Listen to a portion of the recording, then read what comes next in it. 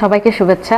আজকে একটা বিষয় নিয়ে কথা বলবো। এটা হচ্ছে বাংলাদেশের খুবই একটা কমন চিত্র বলা যায়। বিশেষ করে হচ্ছে ঈদের আগে আর কি আমরা দেখি যে আমাদের যারা শ্রমিক, বিশেষ করে গার্মেন্টস শ্রমিক বা বিভিন্ন কলকারখানার শ্রমিক, তারা তাদের ন্যায্য বেতন ভাতা, বিশেষ করে হচ্ছে ঈদ বোনাস, এটার দাবিতে তারা আন্দোলন সংগ্রাম করেন।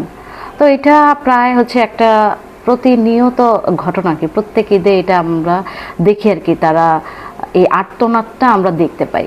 এখন প্রশ্নটা হচ্ছে যে আপনারা কি কখনো ভেবে দেখছেন যে যারা দিনরাত পরিশ্রম করে, বিশেষ করে কারখানায় বা কলকারখানায়, গার্মেন্টস শিল্পে, এই প্রতিষ্ঠানগুলো যাদের হাত ধরে চলে, মানে তারা কেন তাদের শ্রমের ন্যায্য মূল্যটা পাবে না? এটা খুবই একটা গুরুত্বপূর্ণ একটা প্রশ্ন আর কি। এবং আমরা দেখি যে একজন শ্রমিক তার যেই ন্যায্য মজুরি হওয়ার কথা, সেটাই কিন্তু তিনি হচ্ছে সবসময় পান না।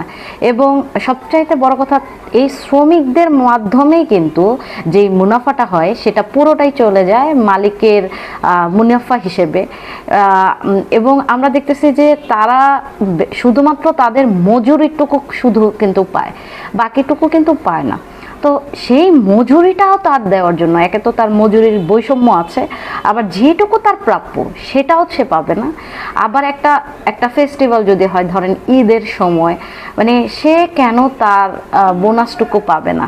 তো এইটা নিয়ে আমরা প্রতি বছরই আন্দোলন করি, রাস্তায় থাকি, এবং এটা নিয়ে আমরা প্রায় কথা বলি।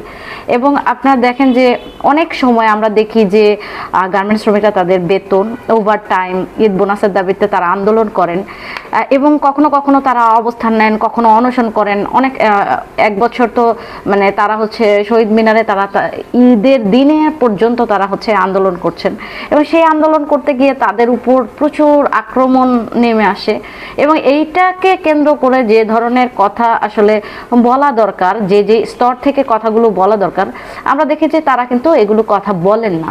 আরেকটা বিষয় হচ্ছে যে দেখেন, একজন শ্রমিক সে হচ্ছে মেশিনটা চালায়, সে পোশাকটা তৈরি করে, সে পণ্য উৎপাদন করে, এবং সেইটাকে দিয়ে কিন্তু তারা হচ্ছে মানে বাড়তি যে মুনাফা, বিশেষ করে হচ্ছে রেমিটেন্স আসার ক্ষেত্রে তাদেরই কিন্তু সবচাইতে বড় ভূমিকা। কিন্তু সে তার প্রাপ্য বেতনটা পাবে কিনা, এটা নিয়ে কেন একটা অনিশ্চয়তা থাকবে? এবং আরেকটা বিষয় সেটা হচ্ছে যে দেখেন, এখানে মানুষকে তার বেঁচে থাকার জন্য তার শ্রমশক্তিটাই তাকে আসলে বিক্রি করতে হয়। এখন সেইখানেই কিন্তু মালিকরা এর আসলে সুযোগটা অনেক ক্ষেত্রেই তারা নিয়ে থাকেন। তো আমরা এইটুকুই বলতে চাই যে আসলে মানুষের যে অধিকার, ন্যায্য যে অধিকার, সেই অধিকারটা মানুষকে হচ্ছে দিতে হবে। এবং এইটার জন্যই কিন্তু আমরা একটা অবাধ যে ট্রেড ইউনিয়নের যে অধিকার, সেটার আমরা হচ্ছে প্রত্যাশা করি যে সকল জায়গায় তার অবাধ ট্রেড ইউনিয়ন করার অধিকার থাকবে, তার সংগঠিত হওয়ার অধিকার থাকবে। এবং সে যখন তার ন্যায্য পাওনা থেকে বঞ্চিত হবে, তখন যেন সে জোরালোভাবে তার দাবিগুলো উত্থাপন করতে পারে, এবং তাদের দাবিগুলো যেন সমাজের মূল স্রোত থেকে বিচ্ছিন্ন না হয় এবং সে উপেক্ষিত না হয়। এই বিষয়টা নিয়ে আসলে খুবই কথা বলা দরকার।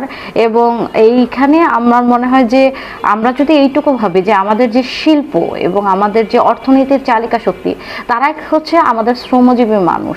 সুতরাং তাদেরকে যদি আমরা ন্যায্য মূল্যটা না দিই, তাদের ন্যায্য মজুরিটা নিশ্চিত না করি, তাদেরকে যদি আমরা নির্ধারিত সময়ের পূর্বেই তাদেরকে বেতন ভাতা এগুলো হচ্ছে পরিশোধ না করা হয়, তাহলে আসলে এই দেশের যে মূল চালিকা শক্তি, সেটাই কিন্তু একটা বন্ধ হয়ে যাওয়ার মতো একটা অবস্থায় দাঁড়ায়। এবং এই শোষণের আসলে একটা অবশ্যই আমি বলবো যে এটার একটা বিহিত হওয়া দরকার।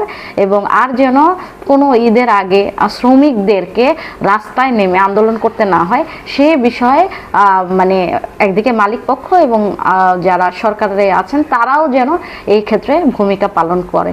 তো এইটা নিয়ে আমি আসলে আমার মনে হয় যে সবার কথা বলা দরকার।